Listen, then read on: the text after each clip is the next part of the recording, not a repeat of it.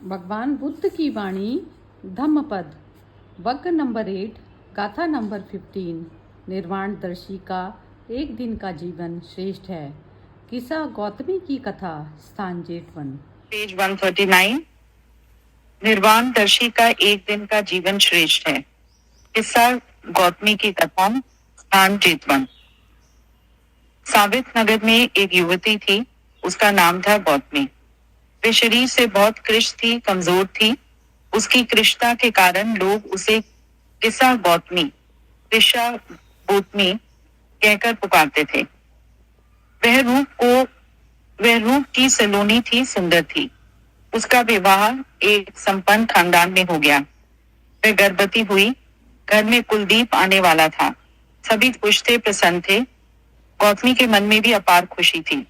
समय पूरा हुआ, उसके प्रसव हुआ, उसे पुत्र की प्राप्ति हुई। घर वालों में उसका मान बढ़ा, सम्मान बढ़ा, आदर बढ़ा। वह सबकी प्रिय हो गई। उसका पुत्र सुंदर था। सब सुख सुविधाओं में उसका लालन पालन होने लगा। वह बढ़ने लगा, बड़ा होने लगा। गौतमी उसे बहुत चाहती थी। वह उसका सर्वस्व था, भविष्य था, प्राण था।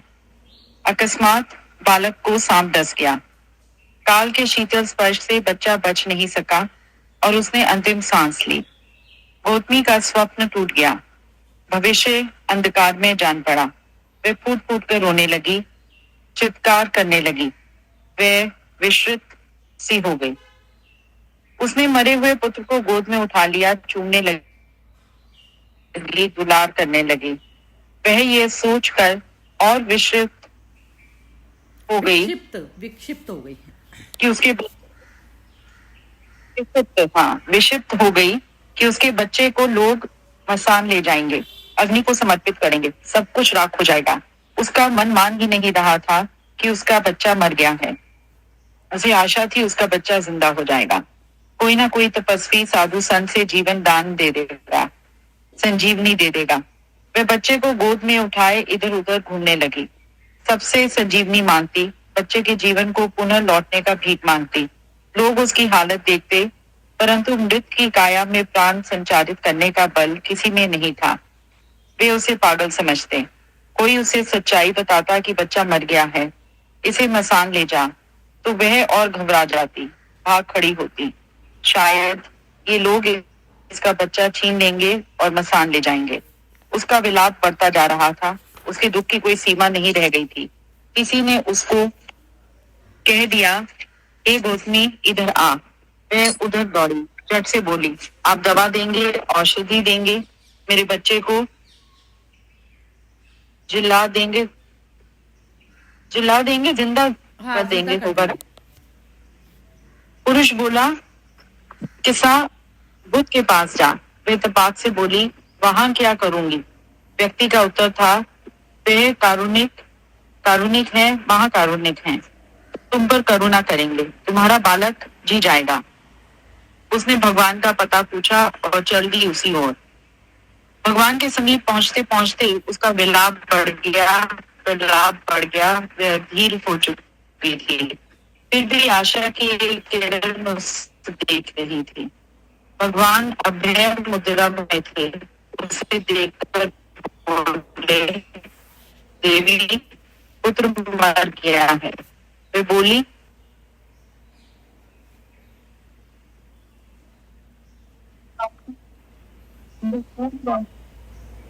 कहते हैं आज ला देंगे। उसने मृत बालक के शव को छाती से चिपका। बीच में आवाज कट गई आपकी, तो थोड़ा सा ये रिपीट करना पड़ेगा सेंटेंस। वे बोली, मर गया, जिला दीजिए। भगवान संयम थे।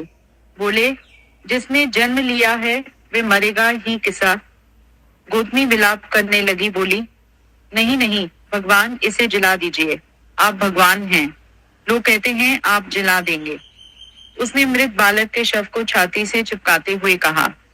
भगवान ने गंभीरता पूर्वक कहा। गौतमी किस्सा आशा भरी नजर से देख रही थी। बोली, कहिए क्या करूं? भगवान बोले, किस्सा कुछ सरसों के दाने लाओगी? किस्सा गौतमी तपाक से बोली, हाँ, यह कोई कठिन काम नहीं है, मैं अभी लाती हूँ। वे उद्धत हुई। भगवान बोले, लेकिन उस घर से लाना जहां कोई मरा ना हो। अच्छा लाऊंगी, कहते हुए वे दौड़ पड़ी नगर की ओर।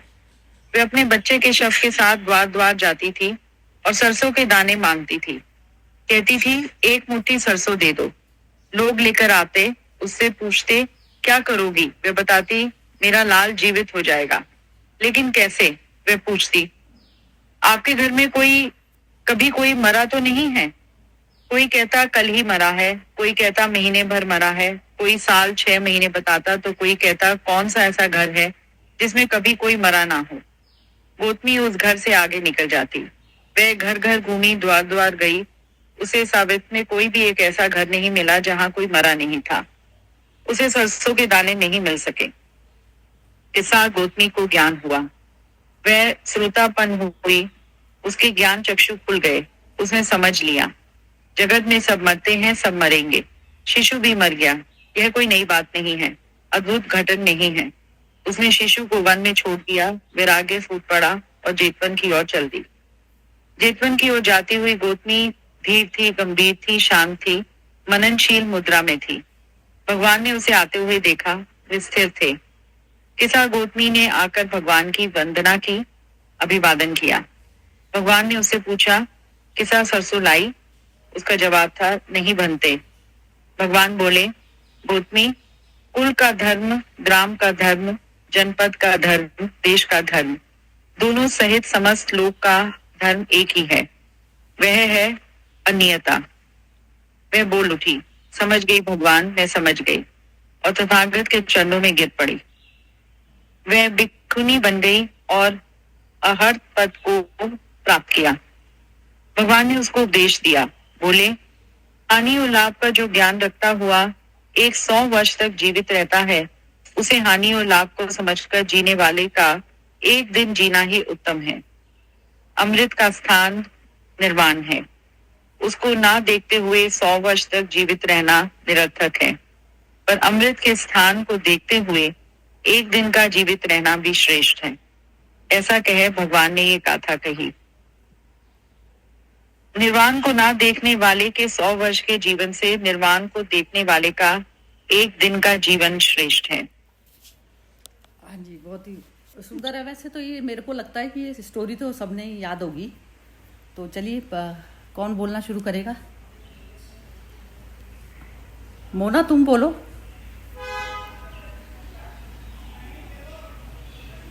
ये स्टोरी तो मतलब सुनी हुई है। मतलब इसमें तो वही बताया है कि ये मतलब जो प्रकृति का नियम है, अभी जो आएगा संसार से वो जाएगा। बस वो है कि मतलब ज्यादा 100 साल की उम्र से तो वो मतलब जो अच्छी जिंदगी है वो कुछ टाइम की वो ज्यादा अच्छी है। 100 साल की जिंदगी मतलब लेकिन वो अच्छी ना हो, उससे ये अच्छी है। मेरे को तो यही समझ में आया। अच्छी का क्या मतलब? अच्छी मतलब जो भगवान से जुड़े हुए होते हैं, और जो मतलब संसार में जुड़े हुए हैं वैसे वो 100 साल जी रहे हैं। तो इस स्टोरी से क्या निकाला तुमने?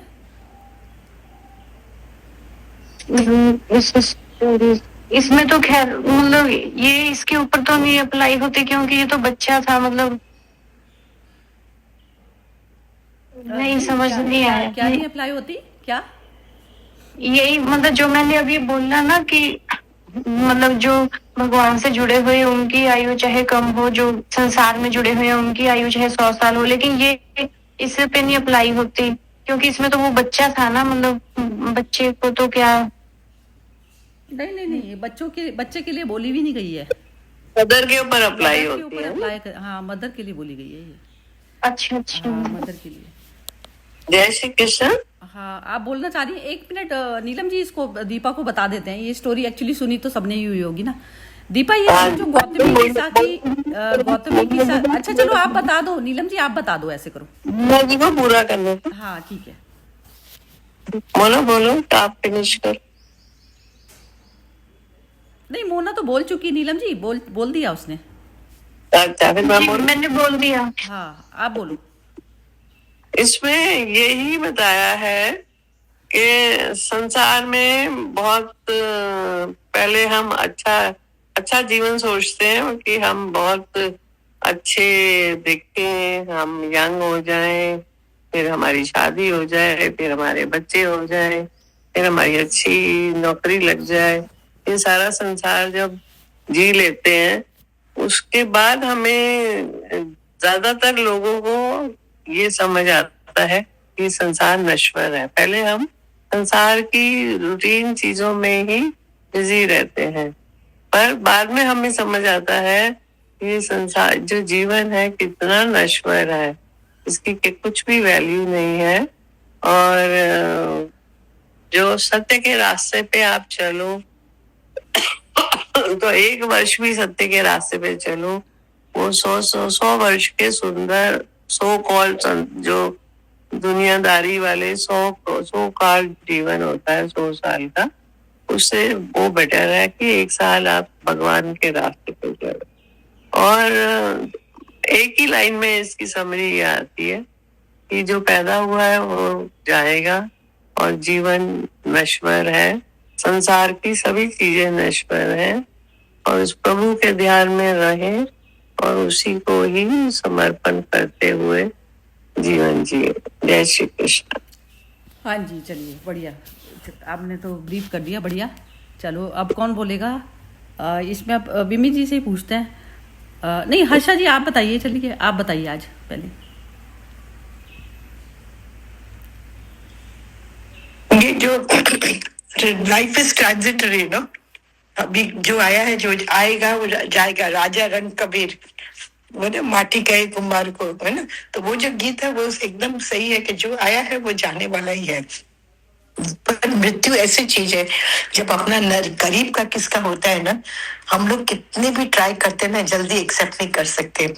मेरा खुद का लाइफ का उदाहरण है कि मेरे बेटे जितना, एक मेरी फ्रेंड की लड़का था, उसका नाम था अजय, फुल ऑलराउंडर, और माता जी का ब्लेसिंग से ये बच्चा आया था। उसको suddenly at the age of 15 उसको बोन कैंसर हो गया। तो बोन कैंसर हो गया तो माता जी का तो देह, माँ ने शरीर छोड़ दिए थे, तो उनको एक ही प्रश्न था कि इतना माता जी का आशीर्वाद है, फिर मेरा लड़का को क्यों था ऐसा। वो लड़का ऐसा ऑलराउंडर था, स्पोर्ट्स में सब में इतना ऑलराउंडर था, फुल जैसे बोलते ना संपूर्ण बच्चा कैसा हो ऐसा था वो। पर इसको बोन कैंसर हो गया और डॉक्टर ने जवाब दे दी थी। तो ये जो माँ जो थी ना, उसको ये एक्सेप्टेंस करना इतना मुश्किल हो गया, वो थोड़ी बिटर हो गई है इसमें। और फिर आखिर में वो जो लड़का था, वो 17 साल में उसने शरीर छोड़ा। तो उसने माँ को बोला कि तू मेरे को इतना पकड़ कर रखते, तू देखती रहे मैं इतना पीड़ा में हूँ, मुझे तू मुक्त कर। तो तू जाओ समाधि में जाओ और माँ शेरबिंदु से मतलब से प्रार्थना करो कि मुझे मुक्ति मिले प्लीज, हाथ जोड़कर उसने कहा। और माँ ने उधर गया समाधि में, तब मैं थी उधर में समाधि में, वो गई उधर में बैठी और 15 मिनट में समाचार आ गया कि लड़का का शरीर शांत हो गया। तो उसने अच्छा से एक्सेप्ट कर दिया था। पर जो माँ होती है ना, जो वेदना माँ के इसमें बताई है कि वो कोई भी मैंने छेले उससे घड़ी तक तो वो अपने बच्चे को जीवित देखना चाहती है, और जब ये नहीं होता है ना तो वो निराश हो जाती है।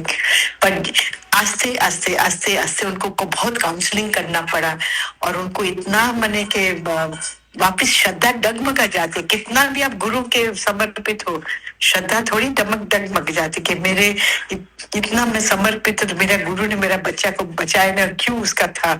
उसने इतने सुंदर सुंदर कविताएं लिखे। एक कविता था, I am 17 but I live till 70। वो बोला ना जैसे 100 साल का आयुष है ना, बहुत मूल्यवान होता है। तो ये बीमारी में उसने इतने सारे कविता, इतने सारे लेख लिखे, बहुत सुंदर सुंदर मृत्यु के बारे में, अपेक्षा के बारे में। पहले तो कंप्लेन भी बहुत था कि वाई मी, ये भी था उसका पोएट्री में, लिखान में। तो ये जो आप पढ़ते हैं ना, तो आपको लगता है कि ये लड़का ने कितना प्राप्ति कर लिया।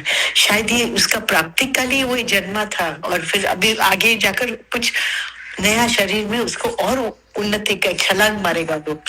तो ऐसे ये स्टोरी से मुझे ये उदाहरण याद आ गई। बहुत ही बढ़िया, परफेक्ट है। आपने तो गौतमी की तरह से ही बता दी ये रियल स्टोरी, बिल्कुल यस यस रियल सेम हुआ। चलिए। सेम वो। जय श्री कृष्णा। मैं कुछ ऐड करूं? हाँ जी, बिल्कुल करिए।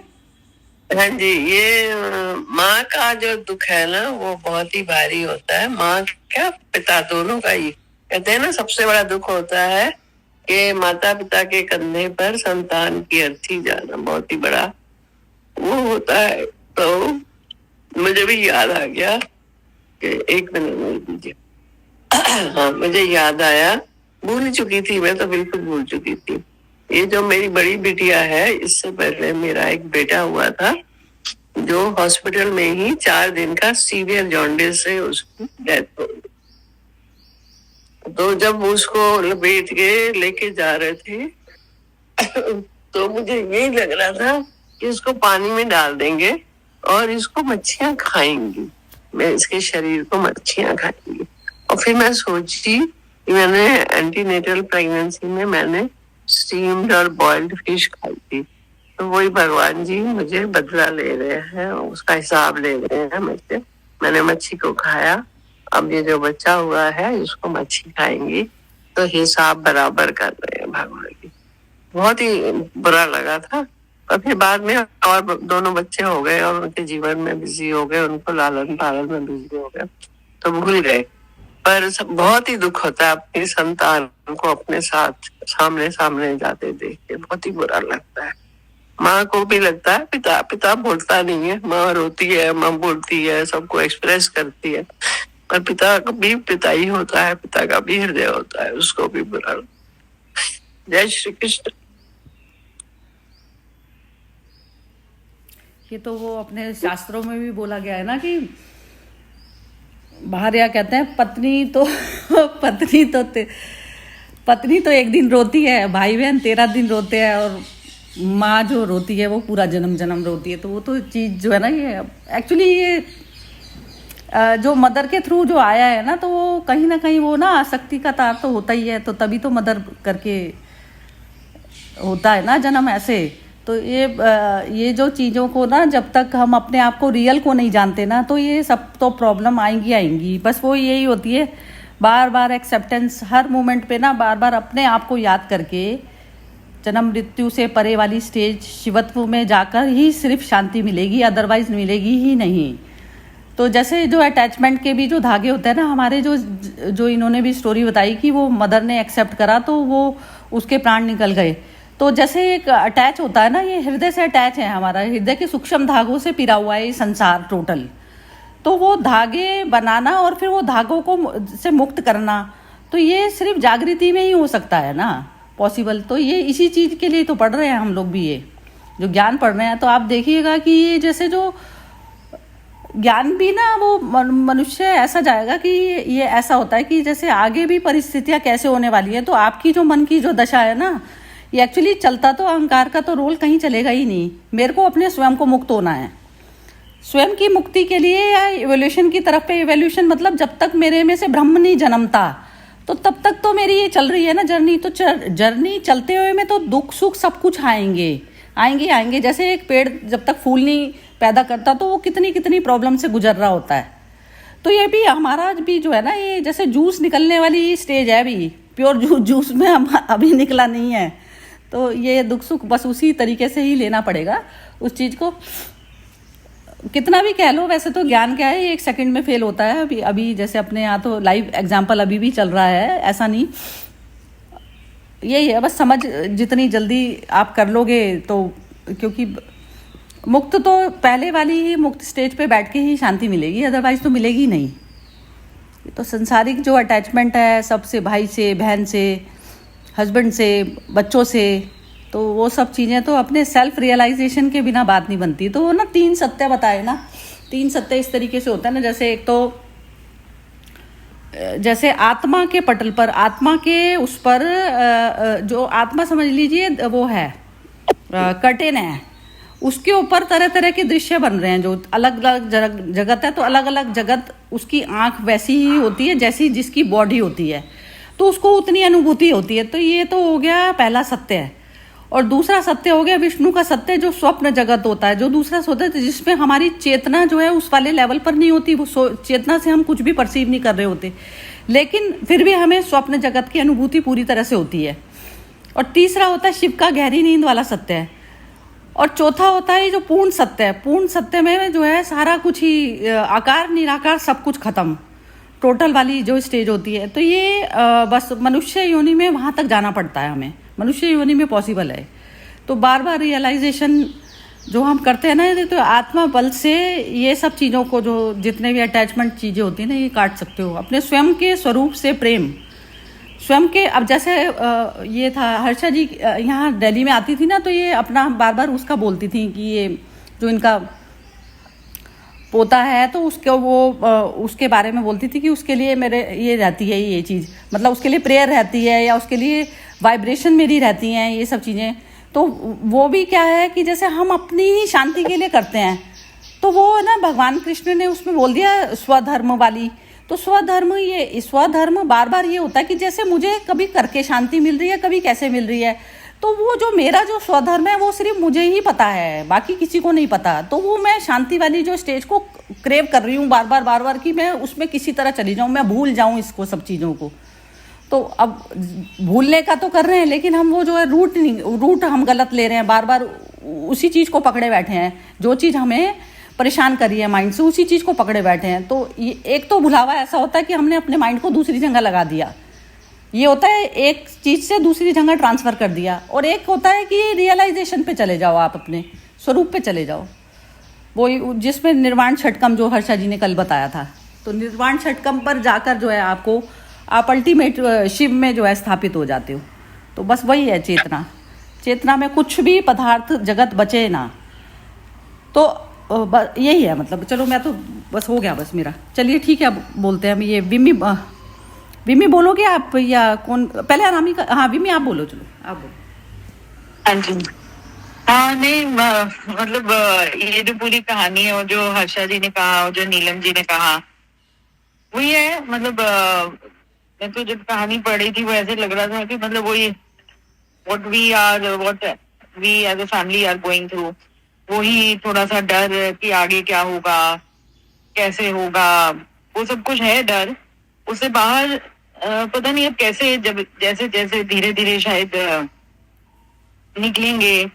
जैसे हर्षा वो नीलम जी ने कहा अपने बेटे का, तो कोई समय के साथ आप वो पीड़ा तो रहती ही है।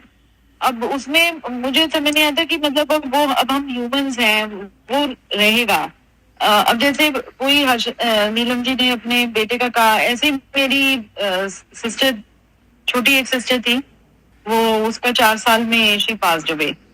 तो उस समय तो तभी मतलब जैसे हम तो तब भी बहुत छोटे थे, पर मम्मी का देखा था कि मम्मी किस तरह से वो रहती थी बहुत। वो फिर उसके बाद चलो फिर मेरा भाई हो गया, और तभी मेरे भाई के मेरे बीच में 9 साल का गैप है फॉर दैट रीजन। तो फिर वो धीरे धीरे ठीक है भूल भी गए, पर अभी भी जैसे वो होता है, वो डेट आती है तो हल्का सा ध्यान आता है। ऐसे ही पेरेंट्स का जिस दिन गए, मतलब थोड़ा सा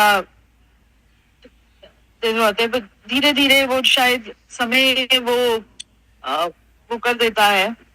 पर जब फिर से वही साइकिल रिपीट हो रही होती है, again you go through all that. वो अब उसे पूरी तरह से वो जैसे यहाँ पर लिखा है कि अमृत का स्थान निर्वाण है, तो अब वो शांत मन कभी मेरे ख्याल से उसकी भी सबकी अपनी अपनी जर्नी है। अब जैसे whatever we go through and whatever we are going through, वो होता है, मन शांत होता है, किसी और चीज में लगा लो तो वो थोड़ी देर के लिए हो जाता है शांत, वो ध्यान भी नहीं रहता। But then the moment you get up in the morning, the first thought is that only. तो वही है कि किसी की, अब जैसे वही हर्षा जी ने जैसे कहा कि वो बेटे ने कहा और वो गई, और जब उन्होंने एक्सेप्ट कर लिया तो वो एकदम स्नैप हो गया। उसके लिए भी बहुत मतलब हिम्मत चाहिए।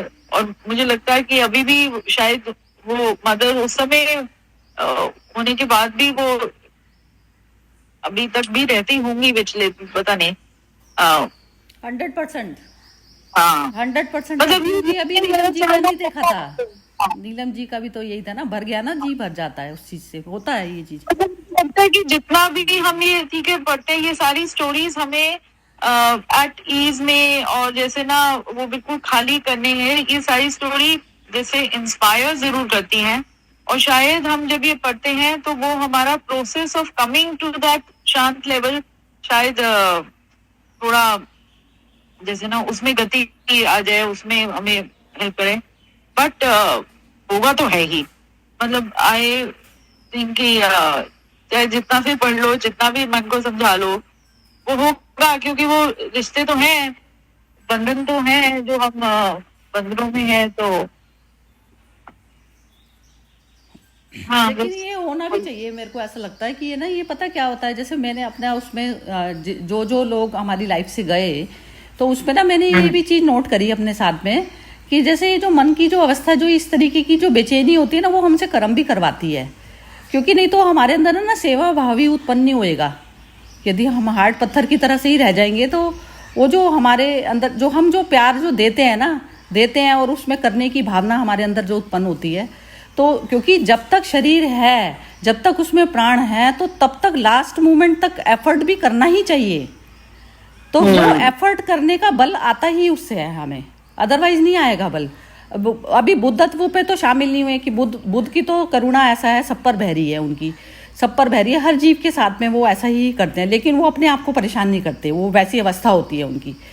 लेकिन अब मुझे ऐसा लगता है कि जैसे वो वाली स्टेज चलेगी, जो अपने जो रिश्ते हैं, जो क्लोज वाले जो रिश्ते हैं, तो जैसे हम ये वाला जो बुद्ध वाली जो चीज़ होती है, वो हमारी दूसरे वालों के साथ तो हो जाती है ये चीज़ की। अब जैसे आपका सेवा वाला नेचर है, या जिसका भी सब सेवा वाला नेचर है, तो हम दूसरे का भी करेंगे, ऐसा नहीं कि उसको इग्नोर कर देंगे। लेकिन उसमें हमारे अंदर है ना, अंदर से जो दुख वाली जो घटना है ना, वो नहीं घट रहा होगा, वो नहीं घट रहा होगा। हम कर रहे होंगे कि हमारे चलो जितनी फिजिकल रिक्वायर मतलब वो है करने की सामर्थ्य, तो हम उतना दे देंगे, लेकिन उतना नहीं कर पाएंगे जितना अपने उसके लिए करते हैं। तो वो थोड़ी सी भेद बुद्धि रहती है अभी हमारे साथ। तो बस बुद्ध में वो वही चीज़ है। और ये तो जो चीज़ है ना, मेरे को ऐसा लगता है कि जब तक जिसमें प्राण है ना, तो वो तो एफर्ट तो 100% करना बनता ही बनता है। निष्ठुर होके ऐसे बैठना और आत्मा भाव में जाना, तो वो सारी चालाकियाँ हैं जगत की। जैसे कभी करना नहीं चाहते आप काम करने से, और उससे बचते हो अपने आप को, वो सिचुएशन से डरे बैठे हो, आप उससे मिलना नहीं चाहते सामने से वो। तो ये सब चीज़ें भी जरूरी, मन की चालाकियाँ भी नोट करते जाओ साथ साथ अपनी। और वो भी मतलब ऑनेस्ट होना चाहिए उसमें, बस ऑनेस्टी उस पर आनी चाहिए। यदि हम ये पढ़ रहे हैं सब ज्ञान ध्यान, तो उसमें ऑनेस्ट वाले लेवल पर तो जीना कम से कम करें, दूसरों के लिए भी। अपने तो हैं जो संसार है, लेकिन दूसरों के लिए भी ये वाली तो भावना आत्मीयता वाली आनी ही चाहिए। मतलब ये है, मुझे ऐसा लगता है। बाकी तो करना, वो जैसे कहते हैं ना, करता करता वाले भाव पे जाते हो, करता करता तू ही है बस।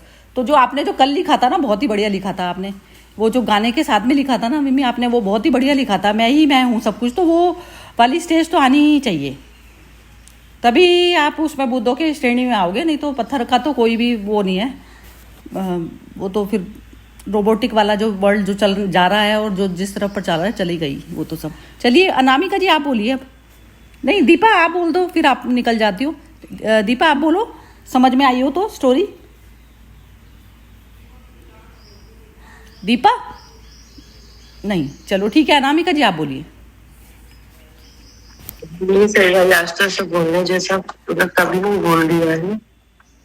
वही मतलब वो मन पे से जो चीजें वो जाती नहीं है। मतलब जब वो जैसे अभी नीलम जी ने भी बोला, तो ऐसा मतलब मेरे साथ भी हुआ है कि बेटा जब वेंटिलेटर पे था, तो वो जो क्षण अभी भी याद आता है तो एकदम कांप जाती हूँ। कुछ हो जाता है उसको तो ऐसे लगता है, मतलब कुछ ऐसे बोल ही नहीं पा रही हूँ आज मैं भी। उनको स्टोरी क्या थी, स्टोरी एक्चुअल क्या थी? ये ना एक्चुअली ये थी कि ये जो किसा गौतमी वो जो लेके जाती है ना अपने बच्चे की डेड बॉडी को बुद्ध के पास में लेके जाती है। वो ना जैसे कहते हैं ना, मेंटल बैलेंस हिल जाता है ना किसी का। जैसे कोई घटना, जैसे मेरी अटैचमेंट ही मेरा मेंटल बैलेंस हटाती है ना। कल की भी स्टोरी ऐसी थी। तो उसमें कोई घटना हुई, तो उसमें पता होते हुए भी इंसान भूल जाता है ना। बस ये चीज थी में। तो उसमें वो गौतमी उस पे जाती है बुद्ध के पास में, तो बुद्ध कहते हैं उसको कि तुम सरसों के दाने लेकर आओ, कि ऐसे घर से लेकर आना कि जहाँ पर कोई डेथ ना हुई हो। तो वो बार बार सब जगह घर जाती है, तो वो उसको नहीं मिलते, क्योंकि डेथ तो सब जगह हुई होती है। तो उसमें फिर वो बाद में मतलब उसको खुद ही समझ आ जाता है ये वाली चीज़। तो फिर वो बाद में बुद्ध के पास में जाती है। तो बुद्ध के पास जाने की जरूरत ही नहीं थी एक्चुअली, उसको रियलाइजेशन तो तभी हो गया। तो उसमें बुद्ध कह रहे थे कि फिर वो उसकी शिष्य बन जाती है। फिर शिष्य के बाद में वो निर्वाण भी प्राप्त कर लेती है। निर्वाण या अरहत जो इसमें बोल रहे हैं, अरहत को प्राप्त हो रहा। तो निर्वाण पद वही होता है कि जैसे समझ का द्वार होकर आपका मन शांत हो गया, मन की शांति हो गई कि फिजिकल वर्ल्ड में ये सब घटनाएं घटेंगी, उसके प्रति पूरी एक्सेप्टेंस आना ही निर्वाण है। कुछ भी घट रहा है ना, कुछ बुरा घट रहा है, अच्छा घट रहा है, अच्छा बुरा सब कुछ नहीं, मटेरियल है ये, मटेरियल जगत में ये सब तो चीजें घटेंगी। जैसे मनुष्य को ये चीज की वो हुई, रियलाइजेशन हुआ, तो उसमें जो है वो एक तो परमानेंट शांति हो जाती है। अभी हम क्षणिक शांति में तो चले जाते हैं, लेकिन हम परमानेंट शांति में नहीं जाते। तो परमानेंट शांति जिसको है तो वो बुद्ध की श्रेणी में आ जाते हैं, और जो इम्परमानेंट में है तो हमारे जैसे संसारिक जीव हैं जो। तो वो मतलब इसका टोटल निचोड़ भी मैंने बता दिया। अब आप बोलो कि जैसे कोई अपने अपने शेयर करे इसमें। हाँ जी। हाँ जी।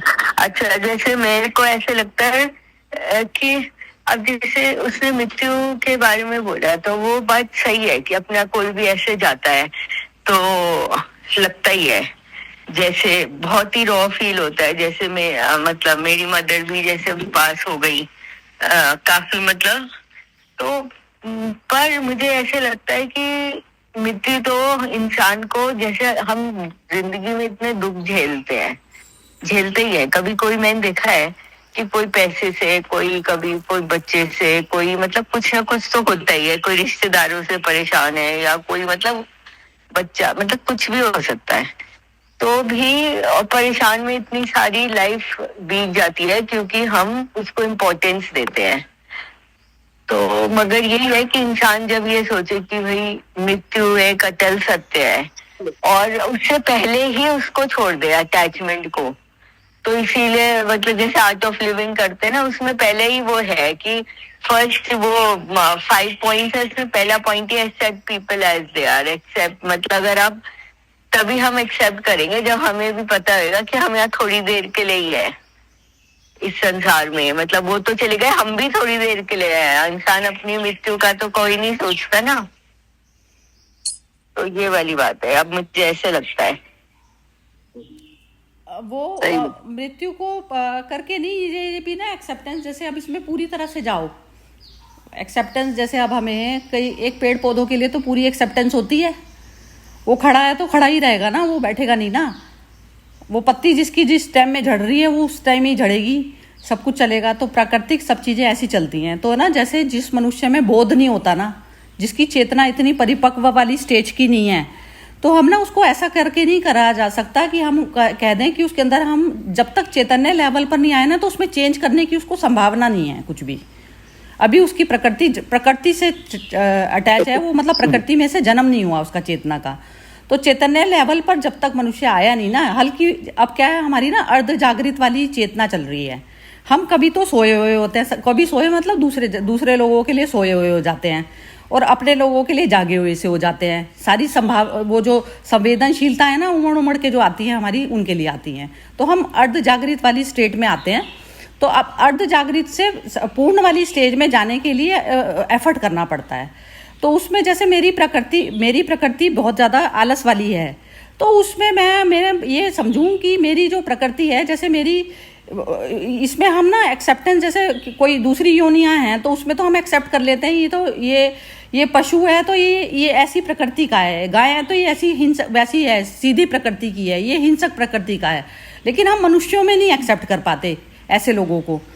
तो ये जब हमारा अपना लेवल अपग्रेड होता है ना, तो ऐसे फिर हमें दिखने लग जाती हैं चीज़ें, तो तभी एक्सेप्टेंस आती है। तो इसको ना समझ के बुद्धि से यदि प्रयोग करके लिया जाए ना, तो बुद्धि लेवल पर भी चलेगा कि ये जो है सामने वाले का रिस्पॉन्स ऐसा आना चाहिए। लेकिन फिर है ना बुद्धि को छोड़कर फिर है ना अपने चैतन्य लेवल पर कि मैं एनर्जी दे रही हूँ इसको, तो ये जड़ता कितनी जबरदस्त है इसके अंदर। तो इसको समझा मैं सकती हूँ, नहीं समझा सकती। तो जैसे भगवान ने, कृष्ण ने बोला कि उन्हीं को शब्द बोलो जो कृष्ण मतलब जो मुझे चाहते हो।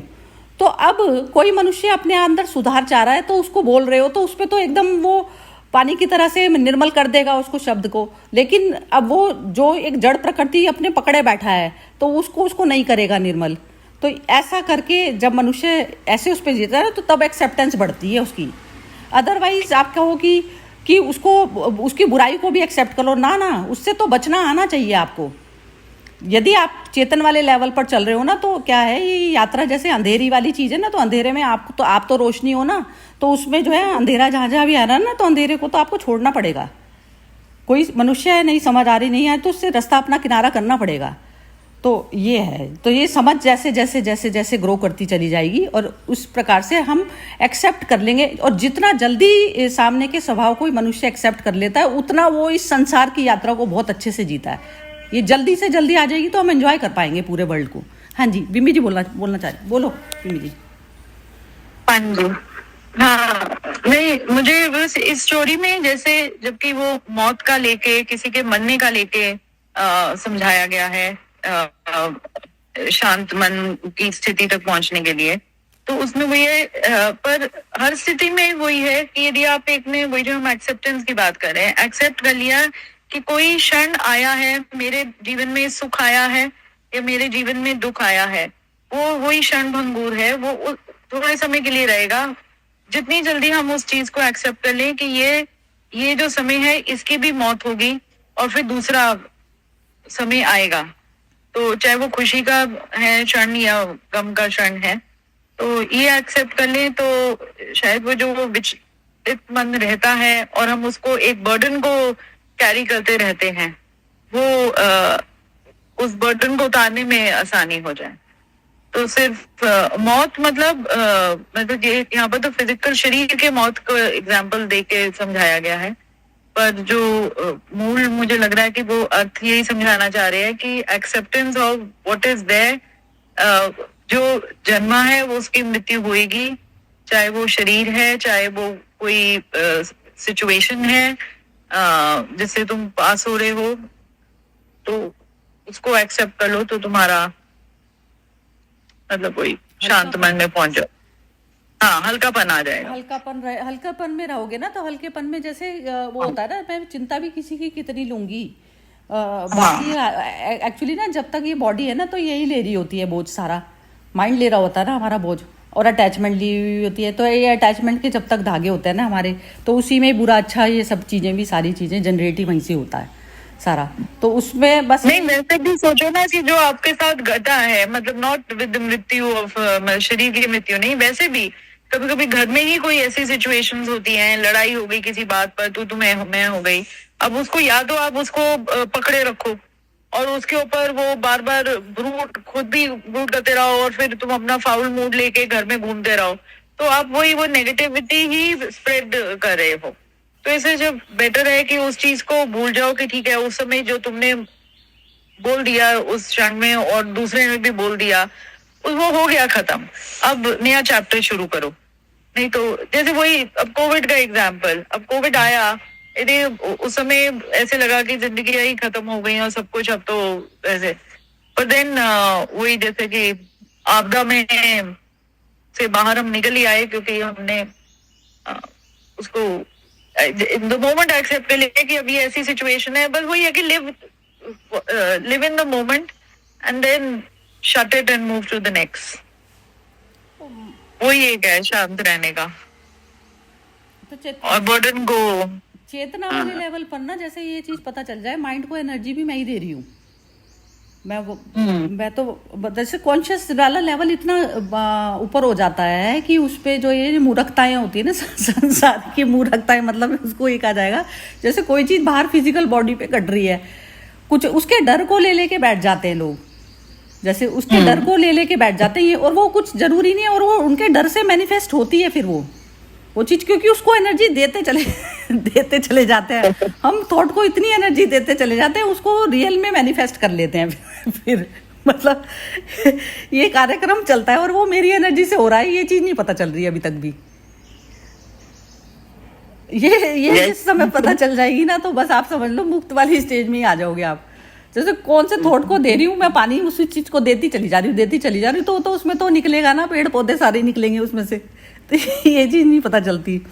मतलब मुझे तो वैसे सच बताऊं, मेरे को तो हंसी बहुत ज्यादा ना ऐसे वाली जो मूर्ताओं में जो जीते हैं ना, मेरे को बहुत मतलब हंसती हूँ, मतलब ऐसे तो नहीं है कि, क्योंकि मेरी भी अपनी वैसी स्टेज रही, लेकिन अब अब जैसे वो थोड़ा मुक्त का जो एक लुत्फ लेने लग गए ना, तो उसमें एक मजा एक अलग है। बेशक घटनाएं घटती हैं, ऐसा कुछ नहीं होता कि किसी की लाइफ में नहीं घटती, लेकिन आप है ना एक बॉन्डेज ना क्रिएट नहीं करते, क्योंकि पता होता है ना ये चीज में क्या है। मूर्ख किसी भी चीज को पकड़े बैठने का कोई नहीं ना, इसी समय छोड़ो, इसी समय एक ही क्षण में छोड़ो, उतनी देर में बॉडी को खराब करके बैठ जाओगे, ये मतलब है कहने का। दूसरे का तो जो होगा नहीं होगा, अपनी हालत खराब हो जाती है, हालत खराब हो जाए। अपनी हो जाती है। हल्का सा थॉट आप देखिए कि 1 घंटा आपने कोई थॉट को माइंड में रख लिया और वो आपकी बॉडी को ना इतना खराब कर जाएगा, उतनी देर में कोई खांसी जुकाम हो जाएगा, कोई फीवर आ जाएगा, कुछ हो जाएगा, ऐसा हो जाता है। चलिए बढ़िया। हाँ जी, हाँ जी बोलिए नीलम जी, बोलिए।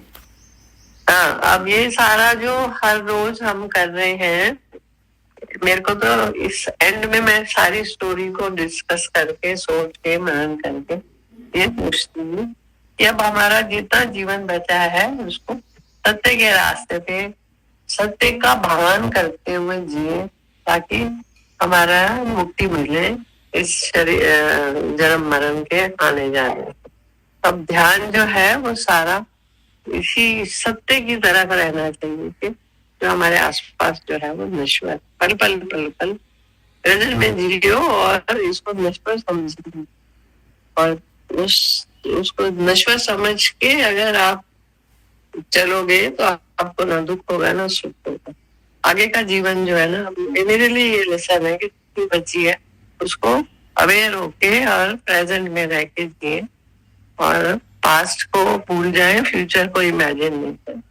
बस अपने पल को सुंदर बनाने की कोशिश करें। पल पल ना बने तो सोचो कि ये नश्वर है, अभी चला जाएगा। जैसे दुख आया सुख भी चला जाएगा, सुख आया तो सुख भी चला जाएगा।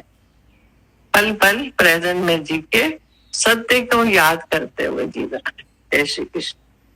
हाँ जी, चलो आपने तो निचोड़ ही बताया है, ठीक है, बढ़िया। हाँ जी हर्षा जी आप बोल दीजिए, लास्ट की कमेंट आप बोल दीजिए, फिर खत्म करेंगे।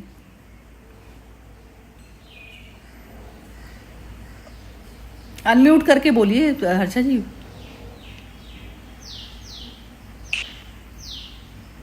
नहीं चलो ठीक है। हाँ हाँ चलो बोलो आप। हाँ। हाँ नहीं, जो विमी जी ने कहा वो तो एकदम, we have to move on, there is no other way, you no.